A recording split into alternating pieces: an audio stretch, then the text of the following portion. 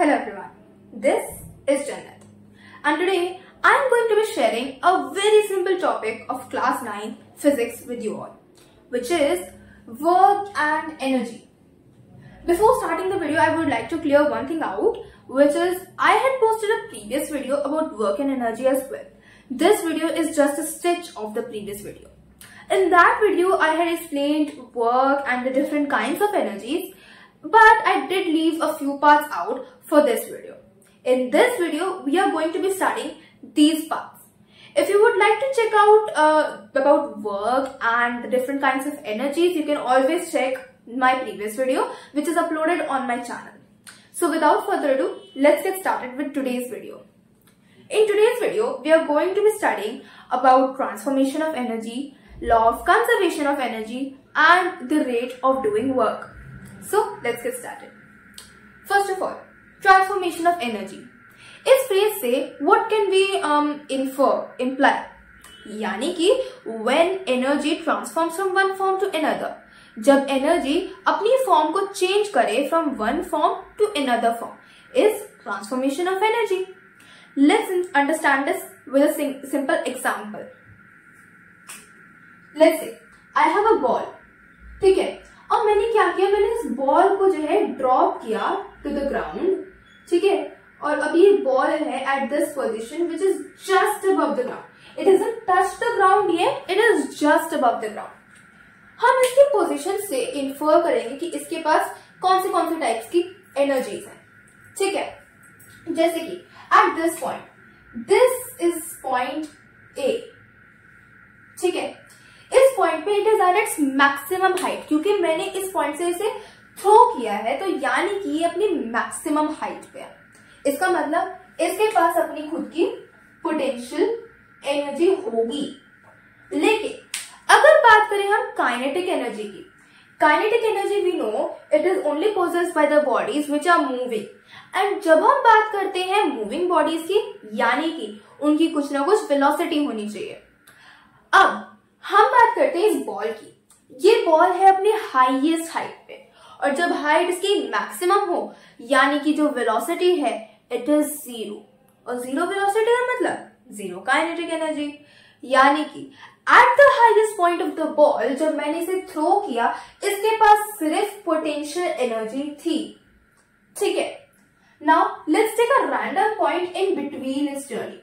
ठीक है, मैं कोई भी एक ऐसा रैंडम पॉइंट ले रही हूं जहां पे इट्स इन बिटवीन. ठीक है, ना ही अभी तक ग्राउंड तक पहुंचा और ना ही अभी अपनी मैक्सिमम हाइट पे. हम इस पॉइंट को नाम दे देते हैं पॉइंट बी. ठीक है, अब हम बात करते हैं इस पॉइंट की.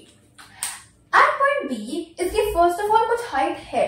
इवन दो ये अभी अपनी मैक्सिमम हाइट पे नहीं है, but it still has some height. It hasn't reached the ground yet.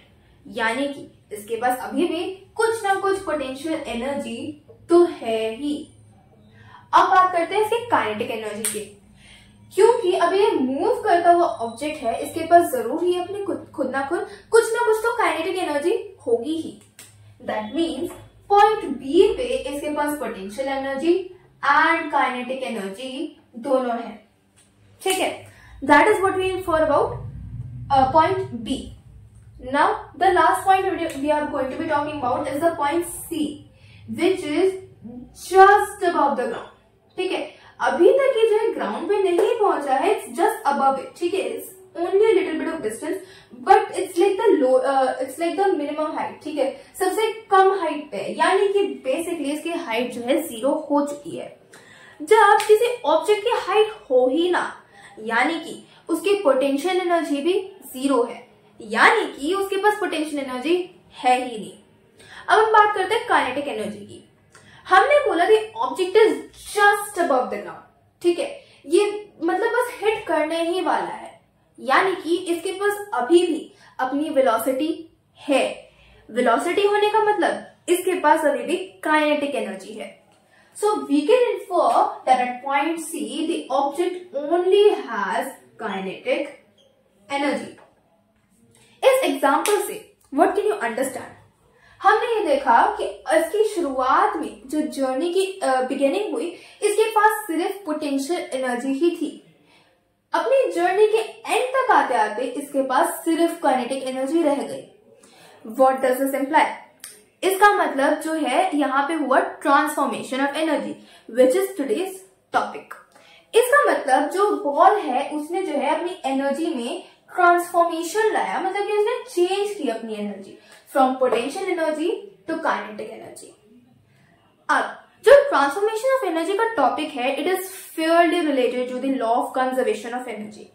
Late me explain this with a simple numerical.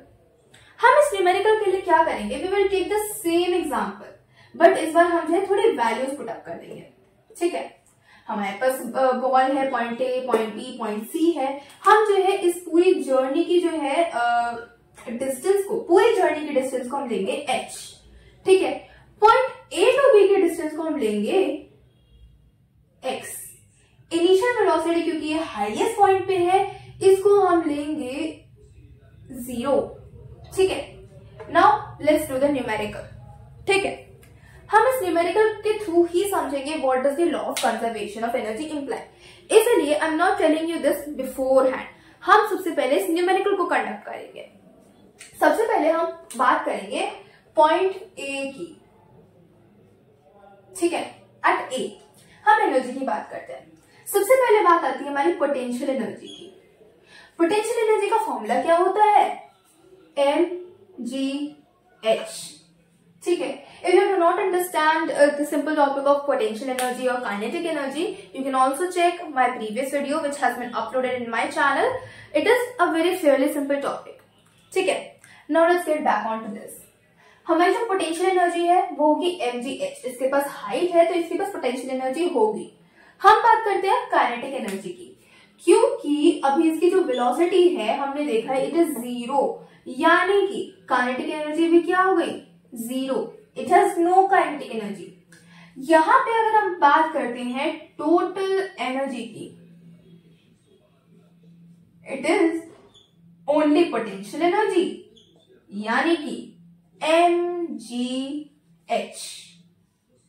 अब हम जो है सिर्फ इस पार्ट को यहां पे याद रखेंगे।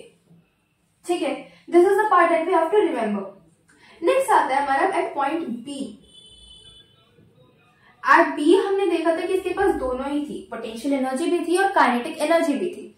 ठीक है, पोटेंशियल एनर्जी की हम सबसे पहले बात करते हैं। पोटेंशियल एनर्जी का फॉर्मूला होता है mgh। यहाँ पे m और g तो सेम ही रहेगा, बट h चेंज होगा। हम h की बात कैसे करेंगे? देखो, यहाँ पे जो इसकी हाइट होगी ना, if you now want to take out the real height, हमें जो है इसमें से इतना डिस्टेंस कट ऑफ करना पड़ेगा जितना a टू b इसने ट्रैवल किया है। ठीक है, लेट मी एक्सप्लेन।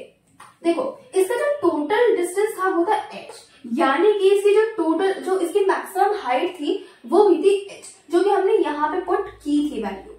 अब जो है इसने x का डिस्टेंस जो है ट्रैवल किया, यानी कि अगर हम इसकी अभी करंट पोजीशन और इसकी करंट हाइट को निकालना चाहेंगे, we will have to subtract this much distance which is x from the height, यानी कि हम यहाँ पे हाइट को लिखेंगे h minus x। What does this imply? Potential energy is equal to mgh minus mgx. This is the potential energy. Now let's talk about the kinetic energy. Kinetic energy का हमें again formula पता है, it is half mv square. But problem ये है हमारे पास v square की तो value ही नहीं है। Let's find out the value of v square. v square हमने जो है third law of motion, third equation of motion में हमने यही पढ़ा है, which is in the first chapter of physics class 9। Okay, हमने इसमें ये पढ़ा है v square minus u square is equal to 2as।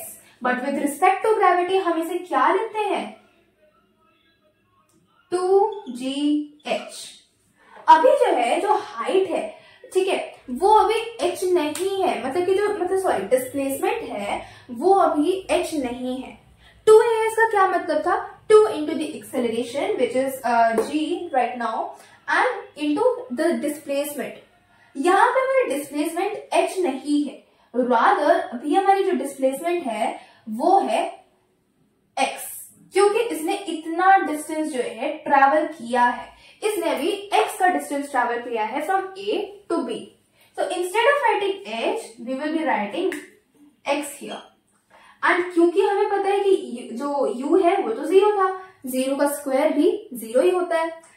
From this we can infer that जो काइनेटिक एनर्जी होगी वो होगी half mv square. mv square, v square यहाँ पे क्या आ गया 2gx. अगर हम यहाँ पे काटापीटी कर दे, we will get kinetic energy is equal to mgx. Now let's talk about the total energy. Total energy at point B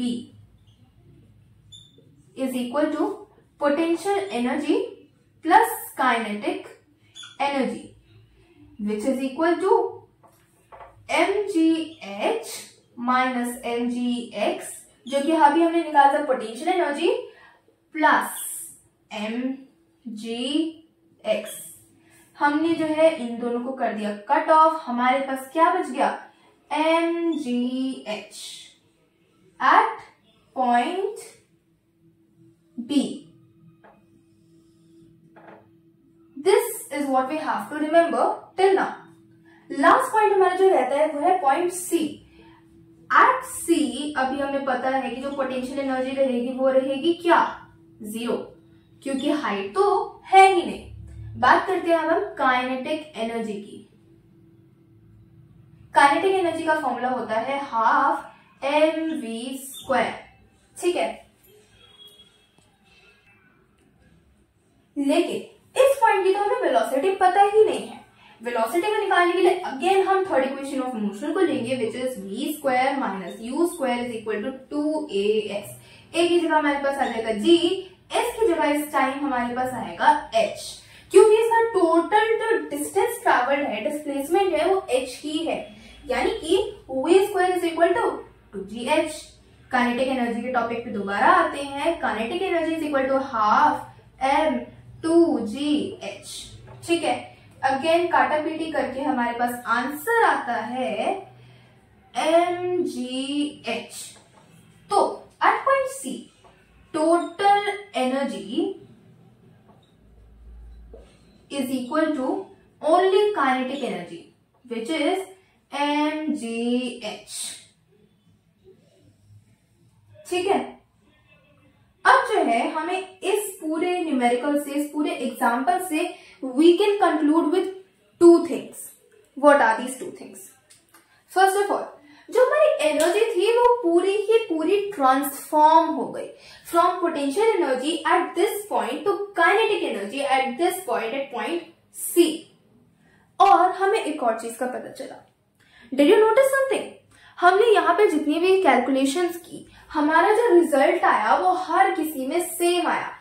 eight point A हमारे पास जो टोटल एनर्जी थी वो mgh थी. At point B total energy हमारे पास तब भी mgh रहेगी. And at point C total energy भी हमारी mgh ही रही. Now let's jump on to the topic of the conservation of energy, law of conservation of energy. ठीक है, ये law of conservation of energy ये कहता है कि energy can neither be destroyed nor be created, it can only be transformed. ये जो energy है you can never create it. ना ही तुम उसे बना सकते हो और ना ही तुम उसे डिस्ट्रॉय कर सकते हो in any form. Energy is only transformed. लेकिन you might have a question in your mind about this, है ना, कि जो है अगर एनर्जी को क्रिएट नहीं किया जा सकता, एनर्जी को डिस्ट्रॉय नहीं किया जा सकता, तो लेट्स से अगर ये इसी का एग्जांपल लेके अगर ये बॉल जो है ग्राउंड को हिट कर जाती है तो ना ही इसके पास काइनेटिक एनर्जी बचेगी, ना ही इसके पास पोटेंशियल एनर्जी बचेगी. तो एनर्जी कहाँ गई? एनर्जी तो डिस्ट्रॉय हो गई. No, energy has not been destroyed.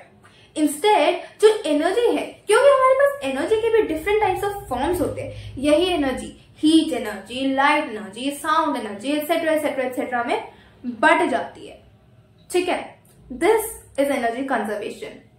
एक और चीज, अब हम अगर किसी भी चीज की बात करें, जैसे कि हम इसी एग्जांपल को लेते हैं कि जो भी throughout it's journey, throughout the journey of a moving body, जो इसकी एनर्जी होगी वो थ्रूआउट इट्स जर्नी सेम रहेगी. यानी कि हमें ये पता चलता है कि half mv² plus mgh will remain the same, meaning constant। और ये चीज तभी प्रूव हो गई जब हमने इस न्यूमेरिकल को सॉल्व किया। हमने ये देखा कि तीनों ही पॉइंट्स पे, पॉइंट ए, पॉइंट बी, पॉइंट सी पे जो है एनर्जी हमारी mgh ही रही, which totally follows the law of conservation of energy। Now, the last topic which is left in this chapter is power। ठीक है। Now, what is power? Power is the rate of doing work। जब भी हम बात करते हैं rate की, rate means upon time. What is upon time? हमने बोला रेट ऑफ डूइंग वर्क, यानी कि work upon time is known as power. अब हमें पता है कि जो है work is also equal to energy, through which we can say that energy upon time is equal to work upon time. We can say mgh upon time is also equal to work upon time, which is equal to power. We can also say that half mv² upon time is equal to work upon time, which is equal to power. It is fairly a very simple topic and it is all that we need to know about power। ठीक है। Again जो इसकी unit होती है वो होती है watts में, एंड वॉट की वैल्यू क्या है? ठीक है। हमने बोला जो पावर है P is equal to W upon T। Power की जो SI यूनिट होती है वो होती है W, वॉट, राइट। W यहाँ पे हो गया यानी कि एनर्जी जूल, राइट। इसकी जो SI यूनिट होती है वो होती है जूल। टाइम की जो SI यूनिट होती है वो होती है सेकेंड, यानी कि 1 watt is equal to work done, which is 1 joule per second is equal to 1 watt। अब अगर हमें इसमें से ही एनर्जी निकालने को है, यानी कि वर्क डन निकालने को है, what can we say about that? हमने बोला जो पावर है is equal to energy upon time. अगर हम बात करते हैं एनर्जी की, what will energy be equal to? Energy is equal to power into time. Very simple. ठीक है। इससे हमने दो फॉर्मूले निकाल लिए which we need to know about in this chapter. ठीक है। अब बात आती है अबाउट एनर्जी। ठीक है। इसके थ्रू एनर्जी की यूनिट क्या होगी? Energy will be equal to watt second. ठीक है। बट हमारे जैसे लेट्स टेक एन एग्जांपल, हमारे जैसे जो इलेक्ट्रिसिटी का बिल आता है हमारा पर मंथली, अगर वो वॉट इंटू सेकेंड करके आए तो हमारा एनर्जी कुछ ज्यादा ही बड़ी वैल्यू नहीं आ जाएगी, क्योंकि what into second is fairly very big, it's a very big value. इसलिए हम जब बात करते हैं अबाउट अ कमर्शियल यूनिट, जैसे कि हमारे इलेक्ट्रिसिटी बिल में वॉट इंटू सेकेंड कभी भी हमारी एनर्जी नहीं आती है, because it's a very big value. अगर हम वॉट इंटू सेकेंड से कैलकुलेट करने लगेंगे ना, बहुत बड़ी वैल्यू हो जाएगी। Instead to make it simple, हम जो है यूज करते हैं kilowatt per hour as the commercial unit. ठीक है।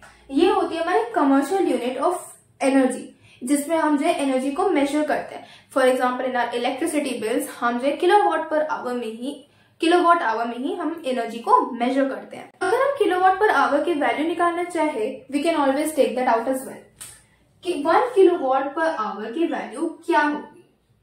देखो 1 किलोवाट में कितने आते हैं? 1000 वॉट्स आ जाते हैं।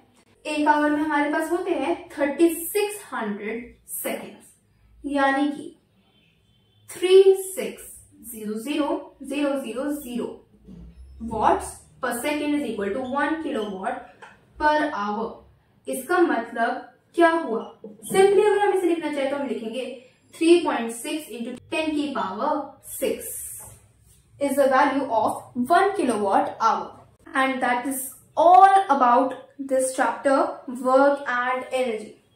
Now, if you like this video, make sure to like my video, subscribe to my channel and hit the bell icon. Also comment down if I was wrong anywhere or if you have any doubts related to this topic. If you have any doubts, let's say for example numericals, you can also comment that in the comment section. I will be very pleased to be reading the comments and I will try my best to reply to you as well. So let's see you in the next video. Till then, bye bye. Have a great day.